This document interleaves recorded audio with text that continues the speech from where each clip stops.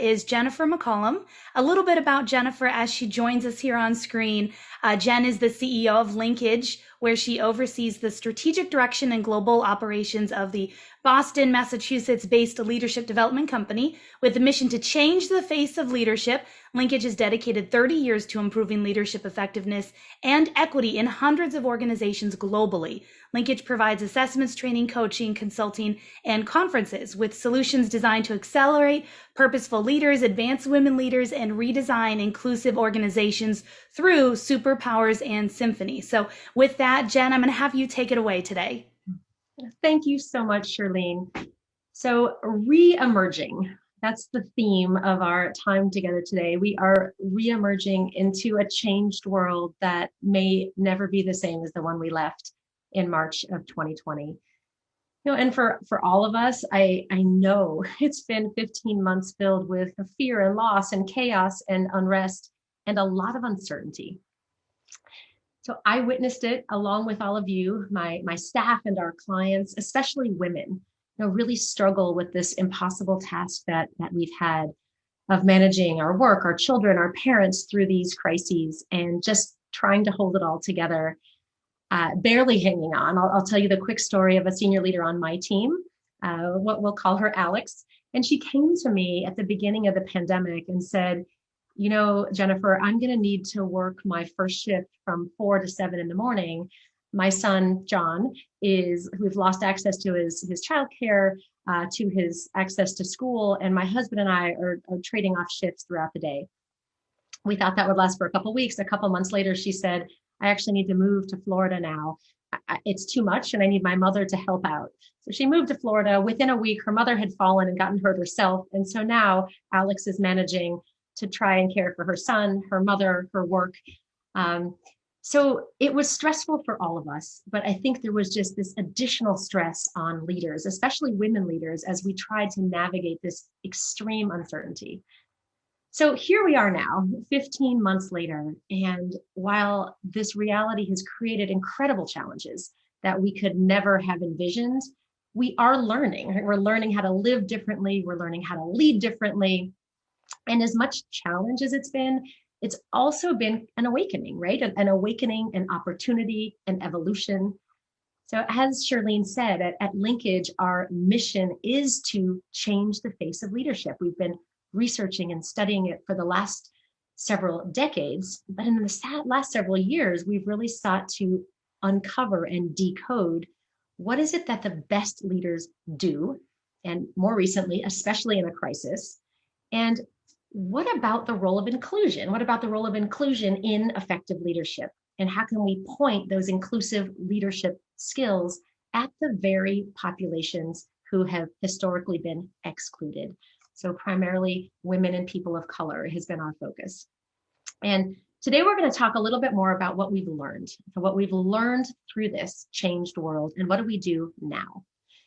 So the first thing I want to consider is our new reality. So we've identified 4 what we believe are pretty seismic shifts that are happening in our workforce right now and kind of reshaping this talent landscape for leaders like you and for leaders in your organizations. And here's the first one, which will not be a surprise to anyone on this call. Inclusion is in very high demand. And finally, we're having more open conversations about it. Our workforce, in fact, is calling out for it. And here's what we know. Employees are demanding. They want to be part of an inclusive organization. They just don't see their desire translate into impact quite yet. So last year, we did a leadership study across the summer, and we asked hundreds of leaders across organizations and levels. We said, how important is it to you to be part of an inclusive organization? No surprise here, 80% said, yes, it's very important. Then we asked a second question, not on this slide. We said, well, tell me, do you think your executive team thinks inclusion is extremely important as well? And here, only 44% said, yeah, my executive team thinks it's important. And then we asked, but how effective is your organization at it? And only 8% said their organizations were affected. So we also know, coming just very recently out of a Deloitte study, nearly 40% of our employees would leave our organization for a more inclusive one. So that's seismic shift number 1. Number two is looking at the demographic shifts in the workforce across generations. And here, this conversation and the action around inclusion becomes even more important. So over the next 10 years, Gen Y, our millennials, and Gen Z will account for more than 65% of the workforce. So anyone under 40 today will be 65% of the workforce within 10 years. What we know is that Gen Z is the most ethnically and racially diverse generation in the history of this country. So within 10 years, nearly 50% of the workforce will not be white. And here's what's really interesting. If you look on the left-hand side, we know that these generations, for them, inclusion is even more important, and they are very willing to leave your organization for a more inclusive one. So this just underscores that the need for us to prioritize inclusion, to create this environment where everyone's uniqueness is honored, where everyone feels like they belong, becomes even more critical with the new generations. Number three is the third seismic shift. And this is very hard to ignore right now, and that is the gender crisis. And we have to take into account the impact of the pandemic on what's happening to women in the workplace. There has been a really shocking downward trend when it comes to women working. It's at the lowest it's been since the 1980s. And as of March of this year, women are down more than 5 million jobs since the start of the pandemic. So why is that? Well, one, it's due in part that the types of jobs women tend to represent disproportionately were the ones most impacted. So no doubt that when it comes to retail and hospitality, those types of industries, that was cause number one. But here is cause number two. When the pandemic hit, just like with Alex, many women went into full crisis mode, doing what they could to keep everything afloat. And now, 15 months later, we're really seeing the impact of that. The burnout, the attrition, this kind of reevaluation of life purpose, of life vision. So these very women who left the workforce voluntarily or involuntarily may not come back. And then the final seismic shift is the physical workforce landscape that has shifted. It will continue to evolve. And we've all experienced this immediately. Because of COVID, it fundamentally shifted the way work gets done. And it's led to some really, tough and changing expectations and new working norms. But here's the thing, it's not going back. The latest projections say that 70% of employee-manager relationships going forward, at least one of those people will be working remotely. And I have a lot of conversations right now with peers in my leadership circles, really just questioning, like, what are we all doing? Is your office reopening? Is it 1 day, 3 days, 5 days a week? Are we forcing, not forcing?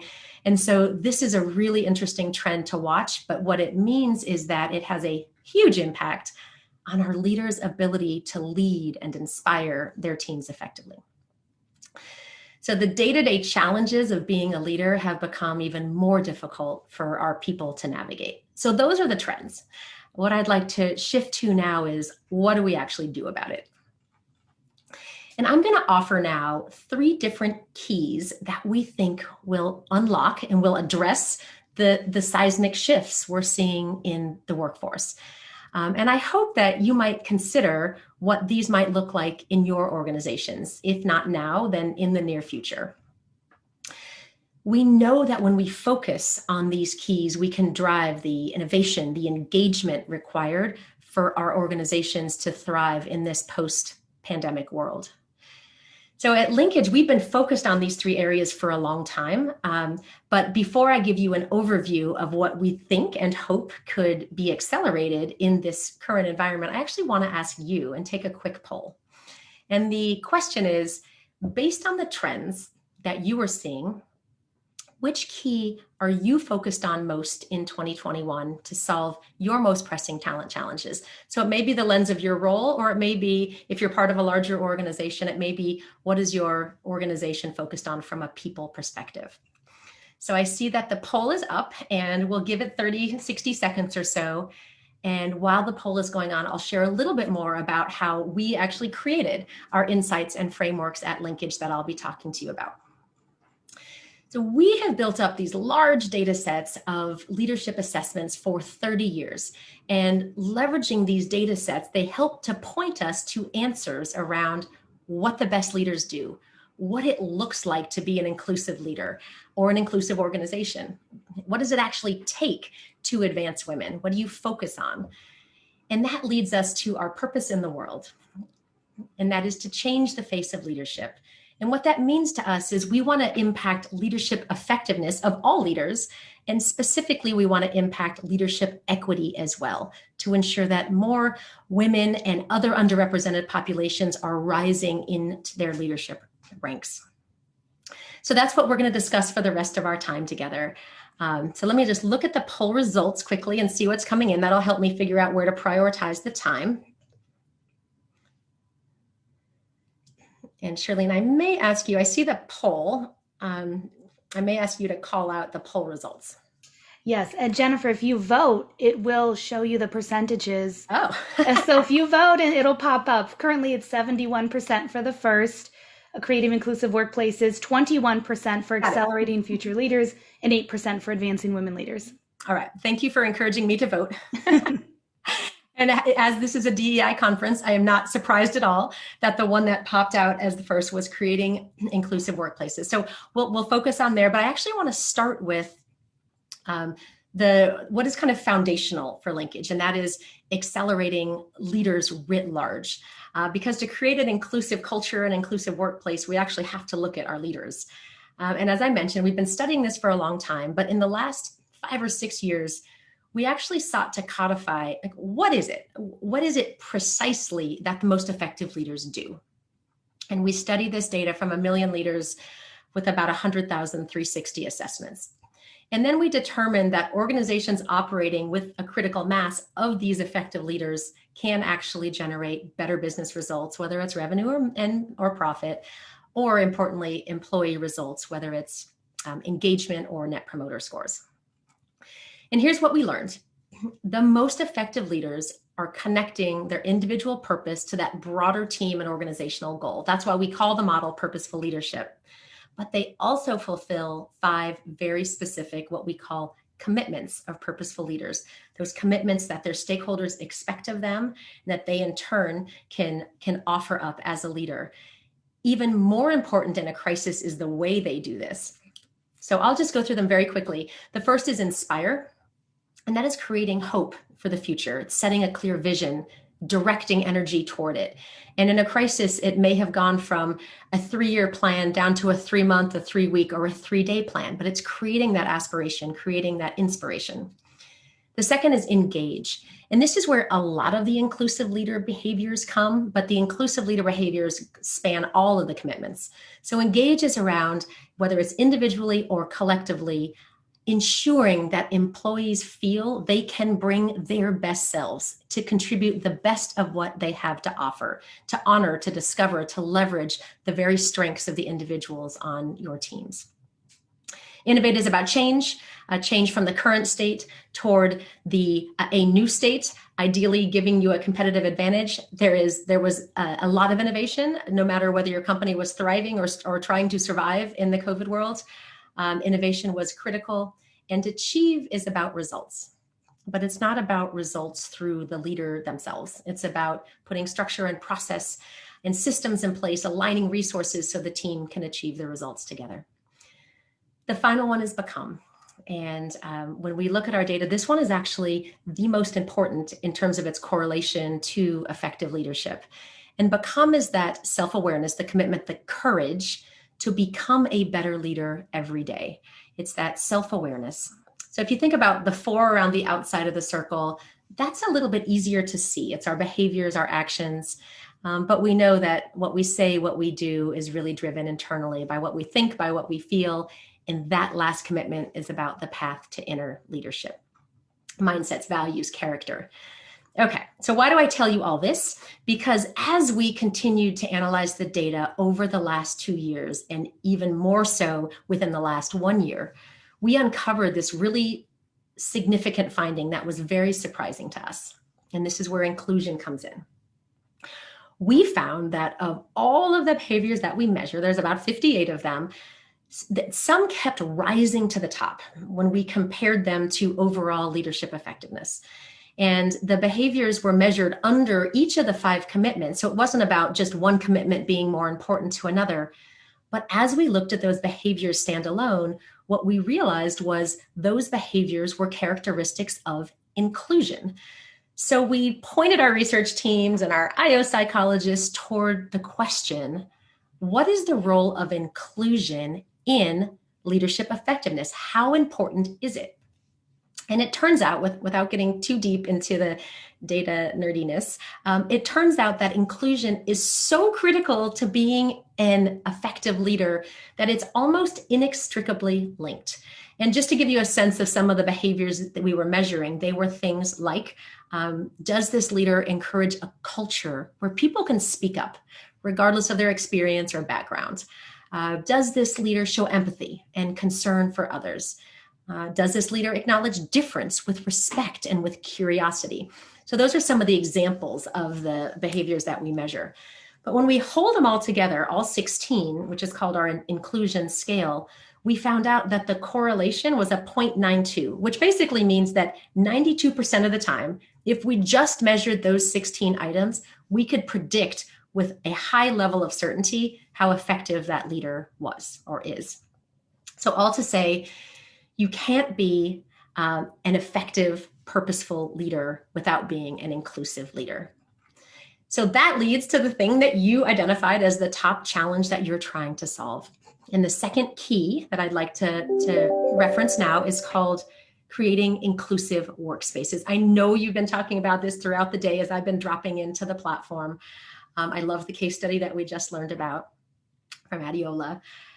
And I think, and I hope that you've been hearing across the course of the day that, you know what, we've been trying a lot of things. We've been throwing a lot of things at this DEI opportunity and massive challenge that's gone on for decades and generations and centuries.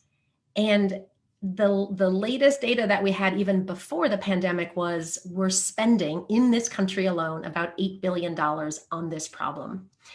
And last year, we took a really hard look at with all of the things that we're trying, things like ERG groups, things like diversity targets, things like unconscious bias training, things like crafting specific and diverse teams.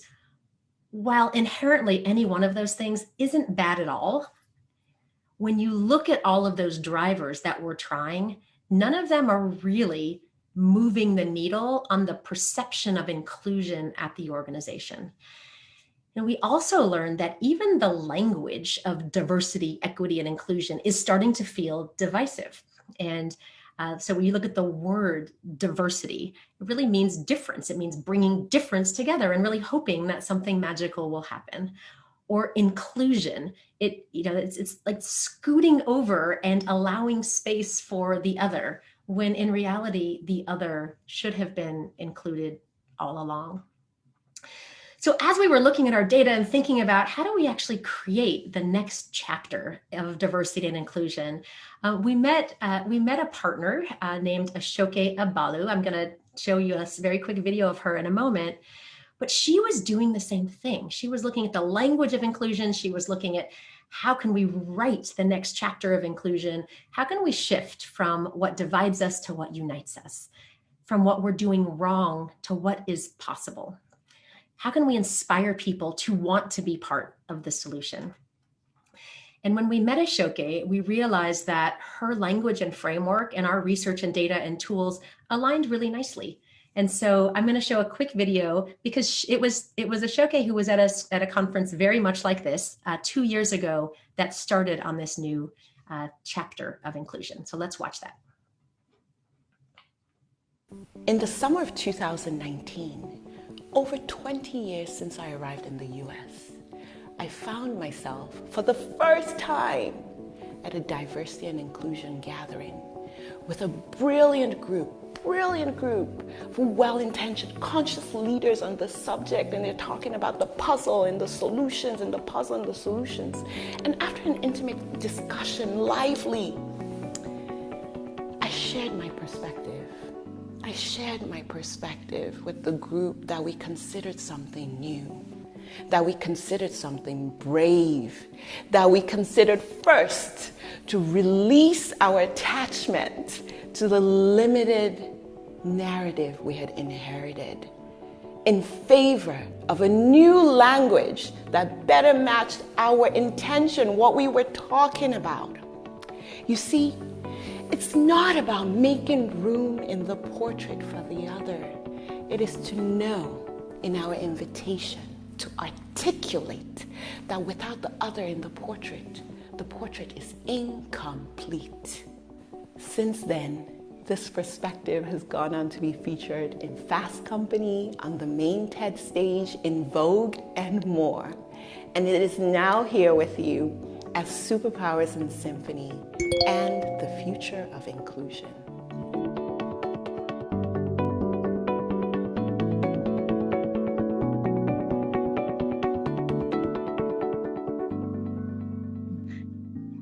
So I realize we're only giving you enough in this 25 minutes to just offer a little bit of teaser. I would highly recommend that you actually go search TED Talk Superpowers in Symphony, Ashoke Abalu, to learn a bit more.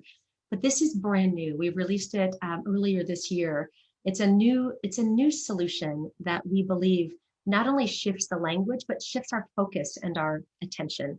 I'll give you a little bit more information.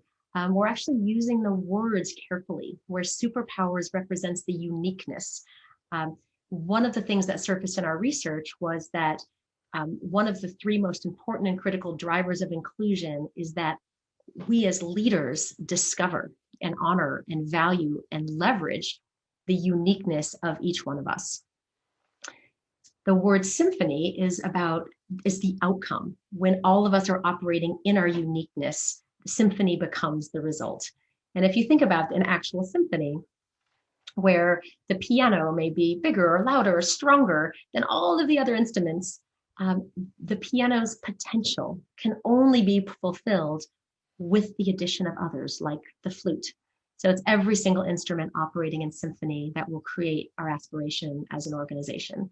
And why we think that's important is because focusing on difference, which we have been doing, and it's important to acknowledge difference, but a focus on difference keeps us with the focus on whether it's role or title or level, or race or gender or sexuality or age or disability, whereas focusing on uniqueness is actually a lot more uniting. Let me show you the 4 R's. This is the framework, the 4 keys to unlocking symphony. The first is re-language. And that's about awareness, this new opportunity to navigate a new future. So yesterday I delivered a keynote to several hundred people in a manufacturing organization introducing this new language of superpowers in symphony. Second is recalibrate. And this is about measurement. Where am I as a leader? Where are we as an organization? And because we know what the specific leadership behaviors are at the individual and organizational level, we can actually bring that data to bear and say, wherever you are is perfect, but where do you want to be? And we're calling them symphonic ratings, and we can measure those year over year. The third is refocus. This is about action. How do we actually get there? And this is about development. And I know you've been talking about development across the course of the day. We are looking at both acknowledging the things that have been wrong, things like microaggressions, things like privilege, things like bias, but then shifting to what is possible.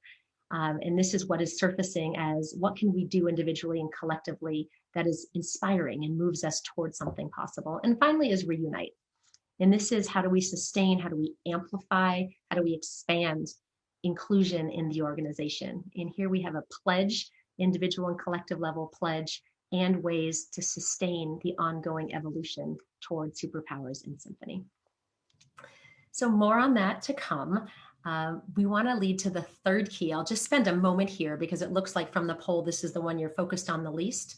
But I think it's important because to gain an inclusive voice, we do need to have more women and more underrepresentation at the leadership table. I'm going to focus on women for a moment, but I think it's also important to say that many of our clients who have started with gender are now quickly moving to how do we actually replicate that with other forms of underrepresentation that we want to accelerate. So women, our data tells us that women are perceived to be more inclusive. Now, what's really crazy is that when you look at the assessment data, women do rate themselves as just a little bit more inclusive than men. But when you look at the raters, men and women rate women as much more inclusive than men. And this isn't as much of a judgment as an opportunity. Having more women in leadership isn't just good for business. We know it also models for leaders how to be more inclusive because of the example. So very quickly, here's what we know. It's not just about developing women or developing other underrepresented populations. That is important, but it's also important that organizations develop too. And that's why I loved when Adiola talked about the executive level expectations. And I want to just share a quick framework that we use to measure. We use to measure either perception of women or the perception of inclusion writ large in an organization. And we do this through organizational assessments. And here's what we measure. Executive action, number one. Are your organization's executives really committed and engaged, as opposed to just saying the right thing? Are they modeling and doing? So for women to advance, they have to be able to look up and believe that their organization is taking action to advance women. Second is culture. Do your women feel valued? Do they feel respected? And this is important because culture can be more influential than strategy or policy. The third is talent system. This is about equity. When you're looking at your talent systems, do women feel or other underrepresented populations feel like they have an equal chance, whether it's talent acquisition, whether it's high potential identification, succession planning, pay. So that's what we call the organizational surround. But I'm going to finish with this individual and differentiated development for women because we know from our work, and we've written about it in our book, which I'll just wave here. It's called Mastering Your Inner Critic. We know that women face very specific hurdles to advancement. We've uncovered these hurdles through years and years of our women's leadership, assessment, development, coaching. And a lot of our longstanding clients are asking us, well, wait a minute, you've done all this data and research on women. How closely would this apply to other forms of underrepresentation? And so we're working on that now with several of our clients. So we know that these internal hurdles can actually impede the progress to advancement. And I'm just going to highlight a couple because they were the ones that really surged during the pandemic. And the first is the inner critic. This is the overarching hurdle where it's that voice in our head that says, we're not good enough, or we shouldn't speak up in a meeting, or we shouldn't apply for the job because we only meet 70% of the requirements. So it's not to say men don't have an inner critic, but we know that the women's inner critic is loud, and it's louder. There are a couple others. We know that women, more than men, face the hurdle of what we call proving your value. So taking on more and more and more to demonstrate how good we are, with the hope that someone will actually notice it. Or the idea that if it's going to get done right, we have to do it ourselves. And we call this overrowing the boat. And there was a lot of that in the pandemic where women felt like they had no choice.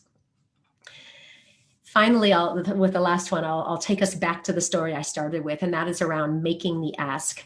A few months into the crisis, when we realized it was going to last longer than we had hoped, I really encouraged the women at our firm to determine, what is it precisely that you need? There are insurmountable challenges that you're facing. We can't always meet and accommodate every request, but if you don't ask, it doesn't surface it for us to consider. And again, I'm not saying we didn't have those conversations with men too. I'm saying disproportionately women were feeling it. So my purpose today in closing was just to share with you, what are we actually seeing in the talent landscape as we reemerge? Those 4 critical seismic shifts we're seeing. Inclusion is in high demand. Thank God, finally, and we believe it's here to stay. One of the reasons we believe that is because of the shift in generations that are creating an even greater demand. The third is women's participation in the workforce is at a dangerous and all-time low over the last 30 years. And finally, these remote workforce trends can create a need for us to engage our staff differently. So with the 3 keys I mentioned, rising to this unique opportunity in the world, create the inclusive workspaces, accelerate your purposeful, inclusive leaders, and invest in your women leaders and your other underrepresented leaders who haven't had the same opportunities over the last several decades. And with that, I will turn it back to Charlene. Hi, Jen. We do have time for one question, if I could sneak it in there. And it circles back to what you talked about with inclusive leaders. And that is, what do we do if our executives don't lead by example as inclusive leaders or don't prioritize inclusion? Yeah, it's a really hard one, but I would say oftentimes organizational measurement, kind of coined as like, this isn't about you leader that may not be as inclusive as we'd like you to be. This is about just getting a sense from the organization of how we're doing. And so it's a little less personal to say, look, here's the perception around inclusion in the organization. And we can slice and dice that by gender, by race, by level. And so that helps create a strategy for inclusion without really pointing to, you are a significant part of the problem. But we do know executive action and commitment is super important, but sometimes we can back into it that way. Mm-hmm. One more, if I could squeeze it in. What if our leaders don't want to measure inclusion? So actually, this just came up with a client of like, we're over measured. We don't want to measure it. And that's okay. There are ways to recalibrate without formal measurement. And oftentimes we'll start in a different place. I mean, we might start with the development because then they go, oh, wait a minute, like, how do we know if it's working? And then we can back into measurement. But oftentimes measurement is a hard place to start because it takes a commitment. Mm-hmm. Wonderful. I believe we're at time, Jen. I want to thank you so much for your presentation today.